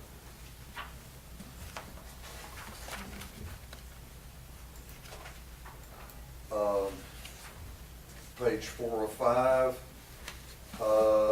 We have this as a mini mart convenience store built and used as. 90 grade, built in 1980, effective year 1985. Physical depreciation is 37%. We have 63% written off. 90 grade, 1985 effective year, price at $31.21 a square foot. This is the C&J's on the corner, the mini mart. Could I make a comment? Yep. We only have one bathroom in that store. On this sheet, it says 2 fixed baths. I'm assuming that's 2 bathrooms. 2 fixture bathrooms. That'd be like a toilet and sink. Yeah. 2 fixtures. Okay. One bathroom, 2 fixtures. Gotcha. Learn something new today. That's 17A. J65C, 18. We went up 12.38. Can you look back and see when it was changed again? I know it was from 2020 to 23 was the same. So 18, bring that up. Yeah, that was the same.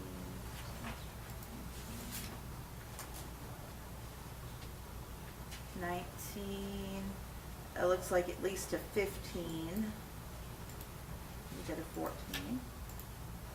You should be able to go to 14 and go. Yeah, that's, It was last changed from 2011 to 2012. It was dropped from 412, 254 to 296, 302, and it stayed at 296, 302 until this year, From 12, from 2012.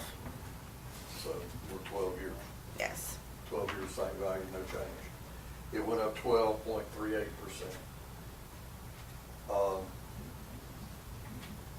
Page 2 of 9, we have this as a storage warehouse, built and used as, 90 grade, year built 1972, effective year 1985.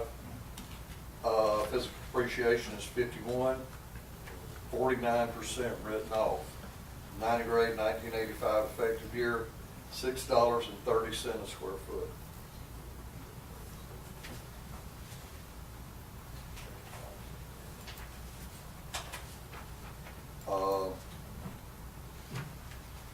Page 4 of 9, office buildings, built and used as, 90 grade, year built 1972, effective year of 1980. Physical depreciation is at 47%, 53% written off. $4.71 a square foot, which is pretty much a residual value.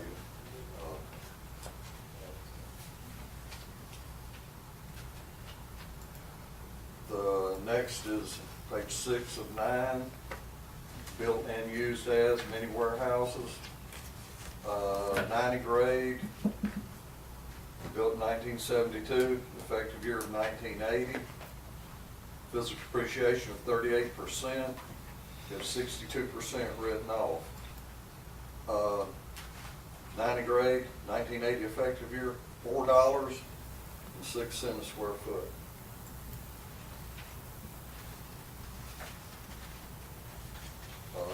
I think these are those buildings. This was old Slico, right? That's correct.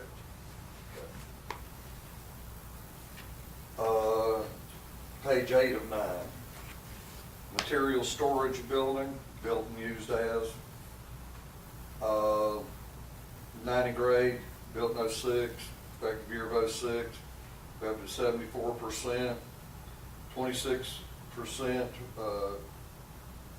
is good, or 26% is written off.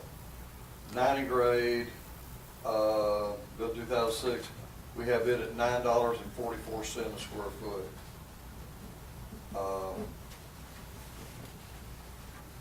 Like I said, that's, This is the one that he brought up that had the year built 2006, effective year 2006.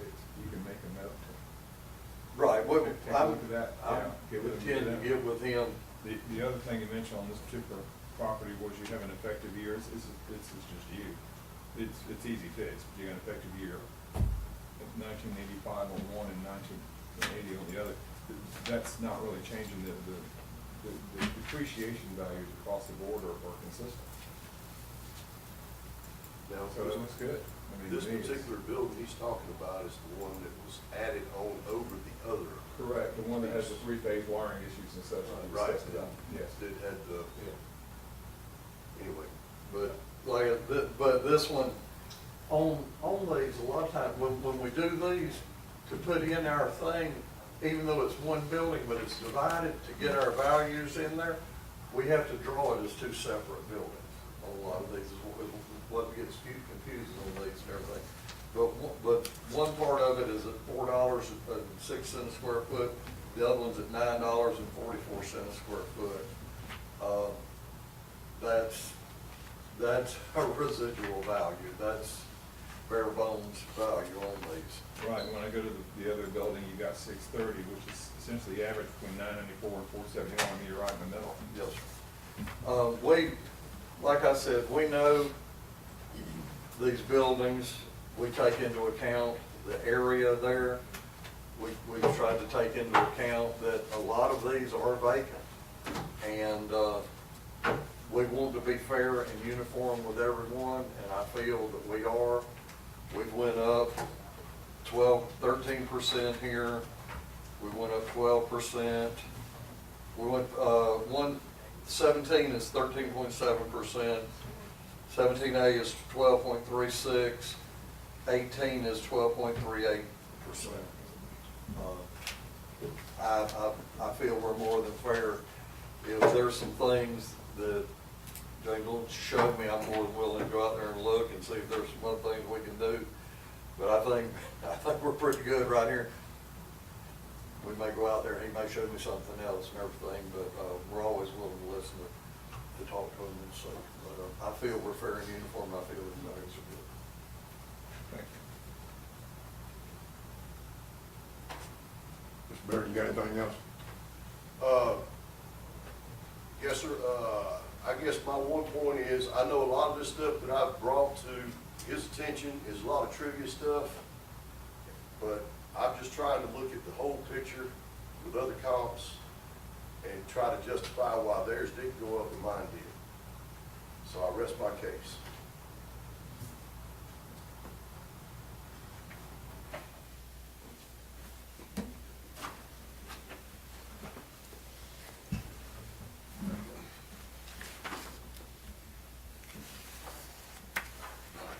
What's your input? We can take a walk.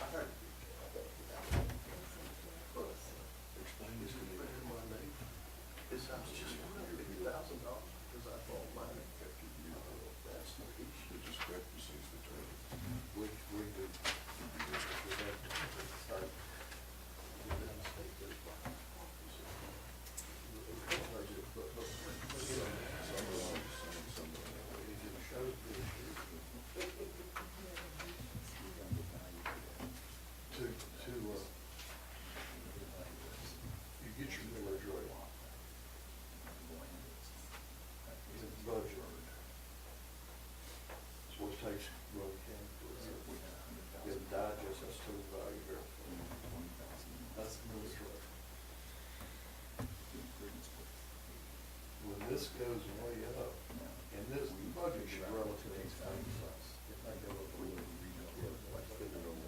But it doesn't do spikes like this would, like it has. When this number stays relatively the same, but this one goes up, this millage rate goes down.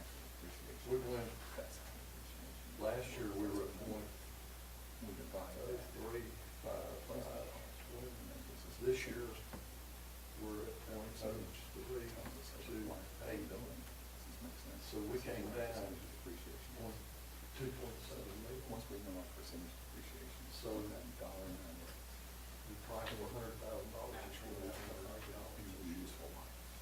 And they keep going up, they keep doing this, if we do our job right, commissioners do their job right, even if they're increasing the price. Your tax will be relatively the same, but on a lot of other things, like on timber, it's going to help. You don't pay tax on that, but you pay 100% times million. But when you're cutting timber and you're paying 35%, if we got this, we got down to 28%. Whereas if we look at this, we are over a third in taxes. Okay. You get it down to 6.6. But where the numbers are, where you're getting the numbers from. So where we at now? Number. Right now, we're at 32, so don't let them. Number. Right now, if you want to pay it, you're gonna pay 32%. You know, I mean, what we don't know. We get the values up where they need to be with the market, your millage rate drops, and it helps the economy overall. Just talk about that.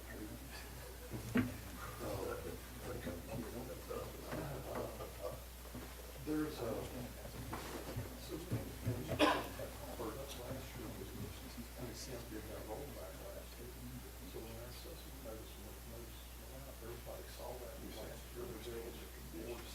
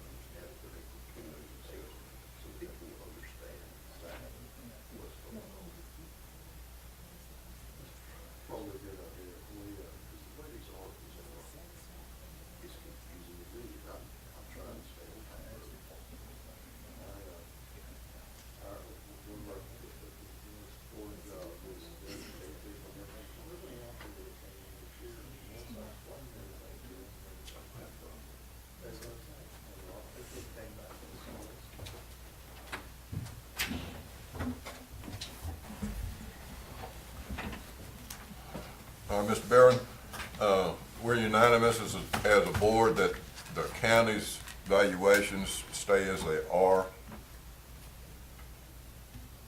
That we think they're fair across the board.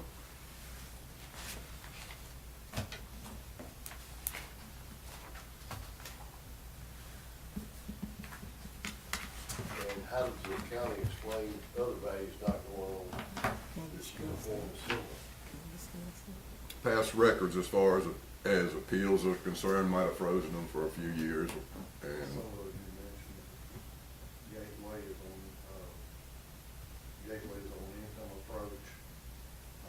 The other two, Cadence, and then they appeal, Cadence is appealed every year here lately. They're approaching, but we are taking a hard look at all commercial property this year. I think next year you'll see some difference. can we get ours frozen? It would be, if they made a decision, it'll be the value for this year, the next 2 years. Yours is going to be frozen this year and the next 2 years after. So we go up on everybody else, we're still going to see. Is that $2.99? It's $2.99. So if nothing else, you're locked in this year, next 2 years. So we got 2 years to get that other building straight before we go back and. Well, no, we can come out and. Okay. I'll make a point about it. Well, in all reality, it gives the other value anyway. I understand.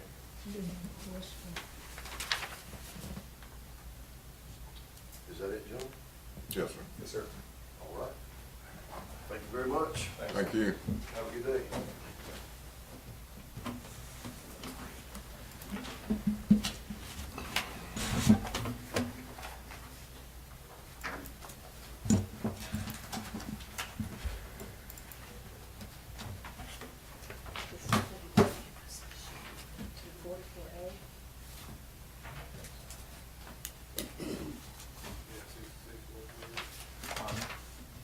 I don't think we have a sheet in the tax assessor's office for the one we just completed. Total value. Or do you want to do each one individually like we did? Probably better do it each map and parcel separate. I can pull up and give you the values. I have. Oh, you have them? Okay. On the sheet.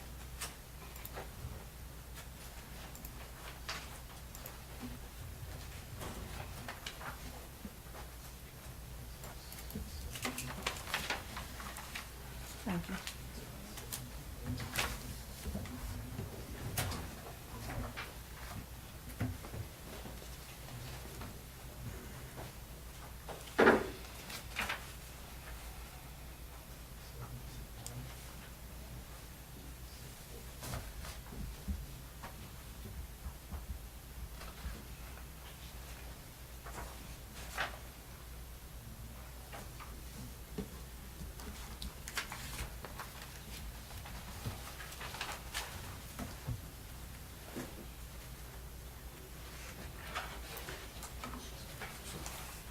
So the county's got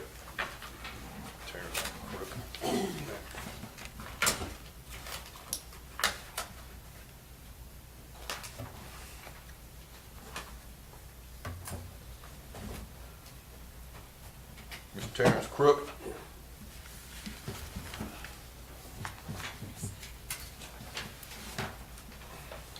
Yes, sir.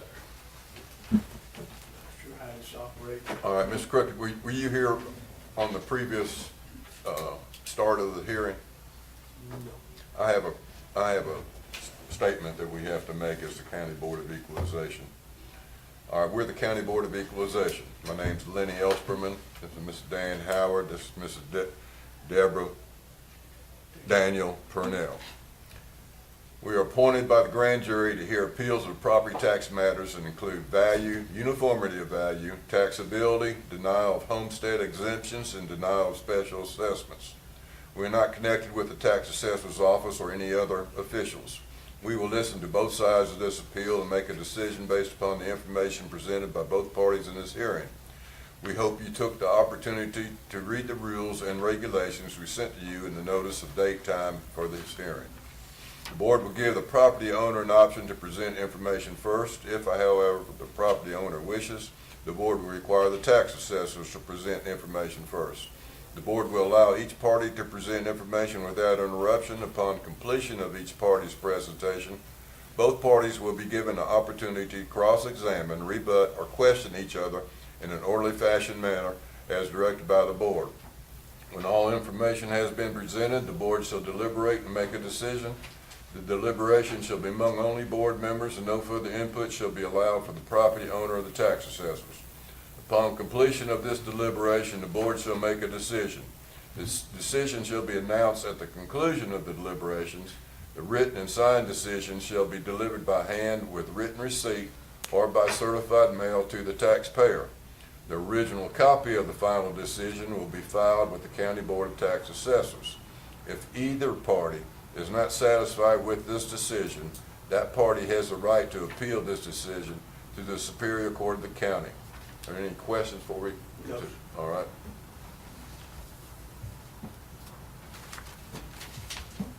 Go ahead. The issue I have is, in 2 years, my property taxes have went up almost $500. And I live on a road, dirt road, with no road frontage, no county water, no high-speed internet. I've got 2 adjoining properties that people are living in travel trailers. And I really don't see it going up that much in 2 years, but, you know, that kind of deal. I mean, if I was living in a nice neighborhood, and the house was appreciating, I mean, I live in a 30-year-old house, and, you know, if the area was improving, I could see it going up that much, but, I mean, nothing has changed for the better in my neighborhood. And I just, you know, have an issue with it. I mean, you got a piece of property on 2 different sides. On one other side, I got 2 people living in travel trailers. And I just don't understand it going up that much. Also, when I got divorced in 17, this property was under conservation. And I realized that the rule changed from 10 acres to 12. And I had talked to someone here, and they told me that because it was already in conservation, it would stay in conservation. And it went from 10, I had 10, I've got 10, and it went to 12. They said, well, because I was already in conservation, it would stay in there. And then the guy said, no, that's not the case. I had to refinance the house to get my ex-wife's name off of it. It's the only reason anything changed. I mean, I don't know what the rule on that is, or if I've changed anything or what, but that was the main reason I wanted to come in, you know, find out where that stood as far as, you know, the conservation part of it.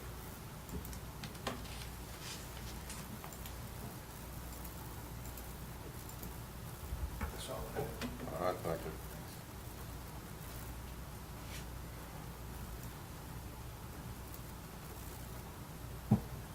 We have to listen to the county now, Ms. Crooks. I ain't got nothing to do. I know y'all do, but I ain't. No, we don't. I know you understand where I'm coming from as far as travel trailers, so I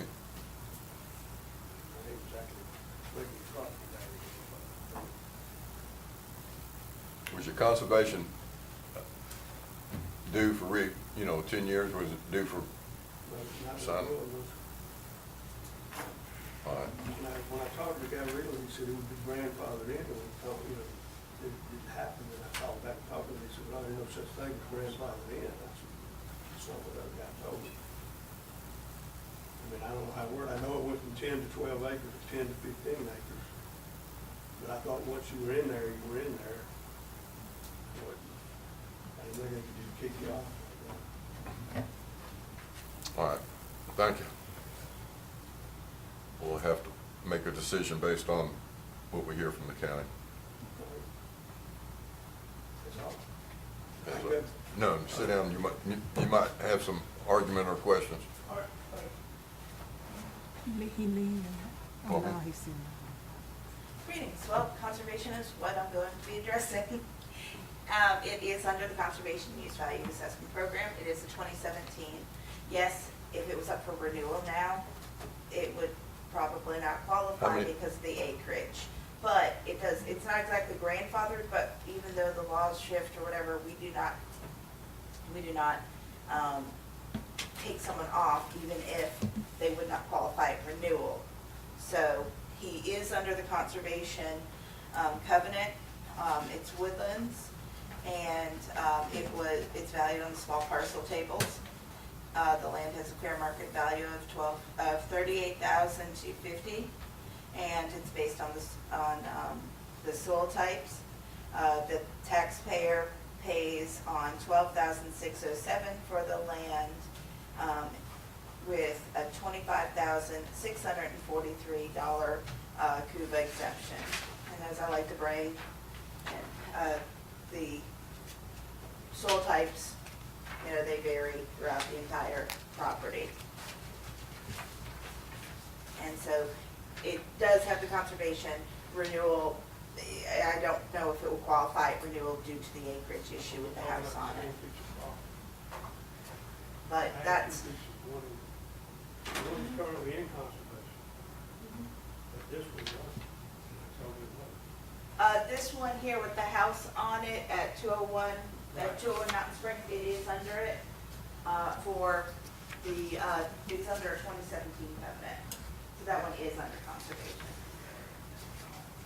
was under the impression they probably was. But there's another, is there another one? Please. He said he's got another piece. Let me look. Does it touch it? 17 incorporated.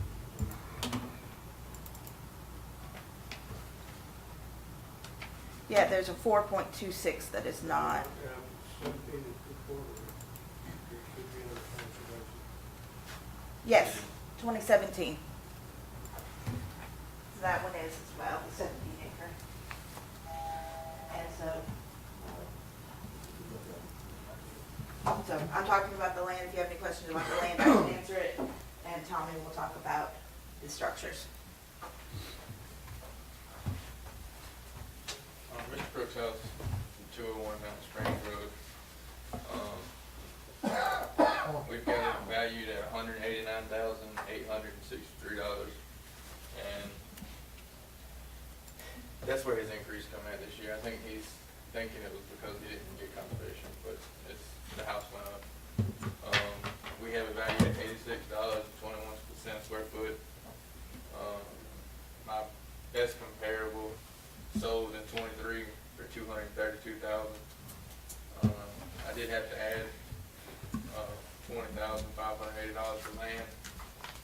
I had to add $1,852 for improvement value, accessory improvements, and $15,160 for square footage. But it has the least amount of total adjustments and the least amount of changes overall. And my comparable come out to $231,373. And I think we're fair and reasonable on this house. The other houses that are comparable to him are selling $96 a square foot to $134. And I feel like our $86 is fair.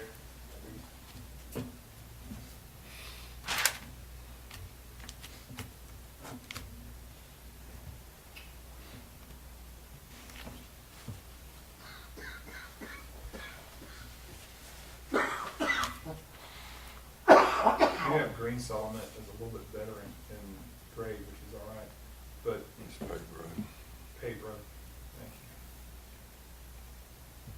Luke Smith's paved road. I think some of it. Looks It's like, up- yeah, some of some it of it. dirt. They're all,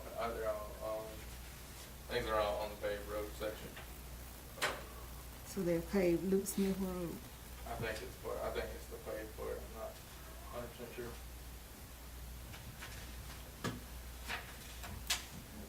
But on on Mr. Crook's house, we have the accessibility, desirability codes. There's a 6D, which puts it on a county road that's less than favorable, which is Burger Road. So we're on my first comp, which is on Riverbend, which is paved. You said Yeah, it the is. first comp is Riverbend, I don't have it on my sheet. Yes, sir, it's Riverbend. But their accessibility and desirability is a 3A, and they're on a paved county road.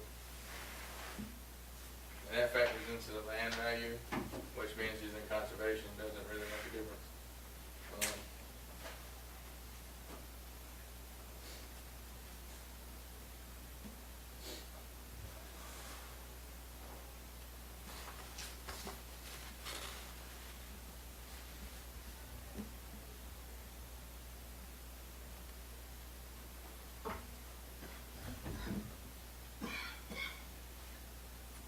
This first comp you have down at, sales price date 9/15/23 is $232,000. Yes, sir.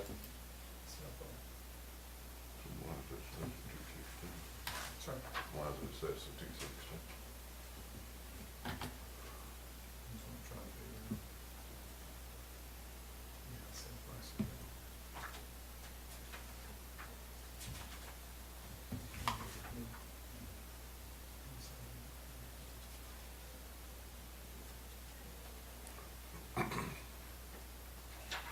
Yeah, but that's like a 10%.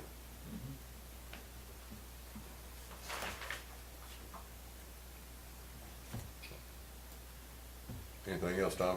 No, sir, let's make sure I have any questions.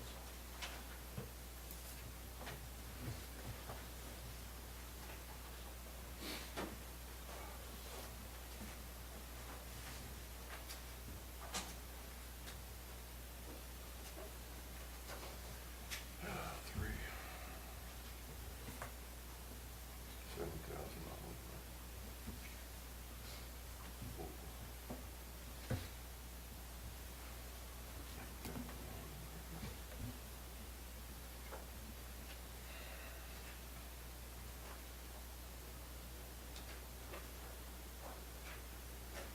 How many acres we looking at on the green settlement property? It is. 7. 7. You got it on your paper? Mm-hmm. Oh, I'm sorry, I scribbled through it, I'm sorry. Yes, sir.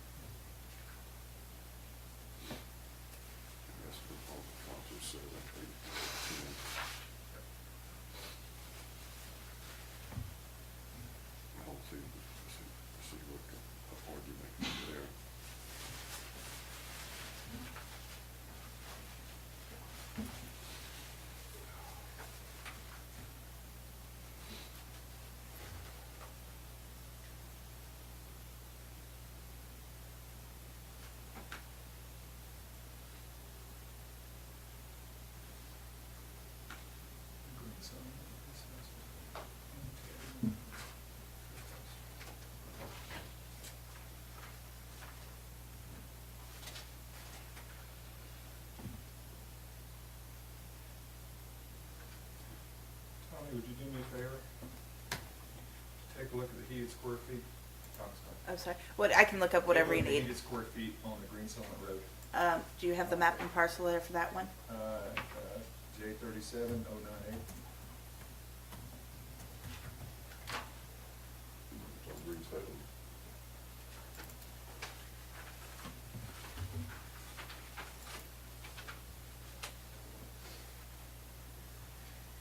One four one seven.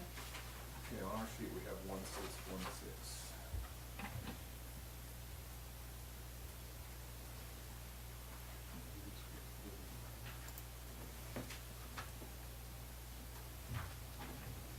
So that house is 1,417 square feet as a comp. Our subject is 1,737. Is that accurate?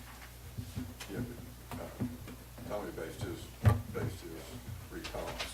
He said the most comparable one would be number one, which.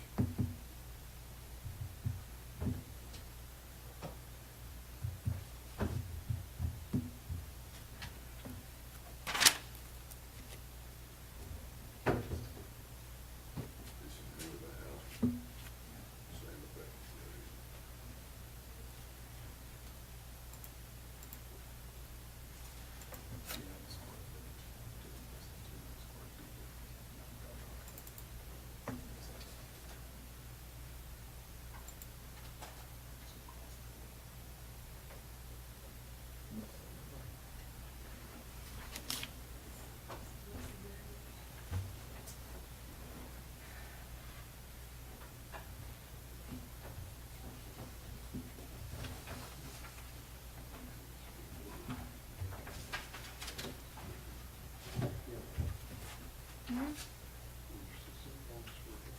There is a discrepancy in the square footage.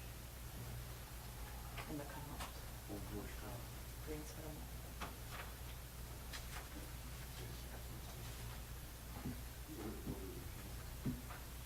It was. 1737.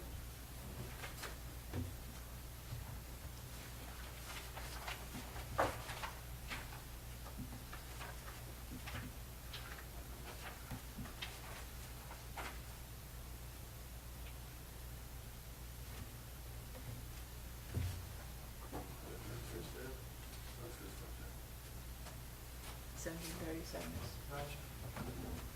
That it was 1,600 square feet in the comp, but it's only 1417.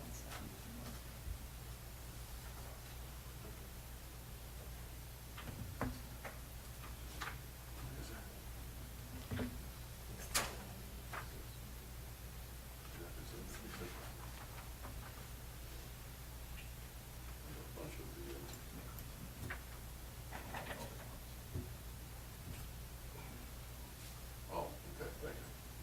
Thank you.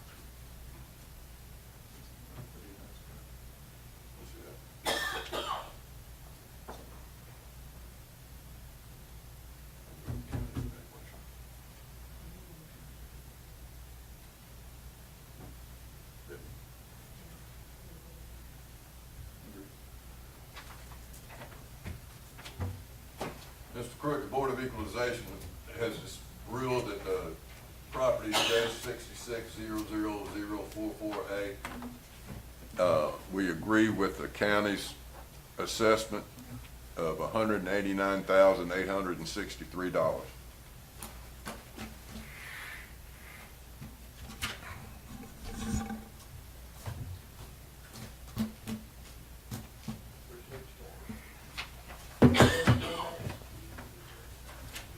That's all.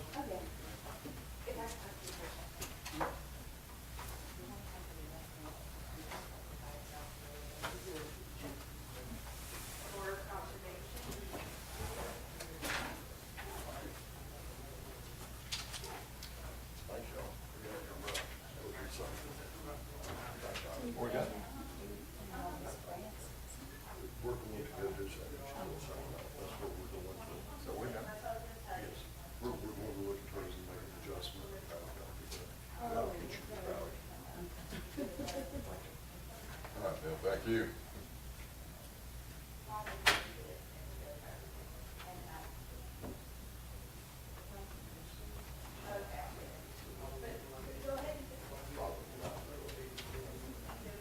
All right, we're not supposed to talk about this when we leave.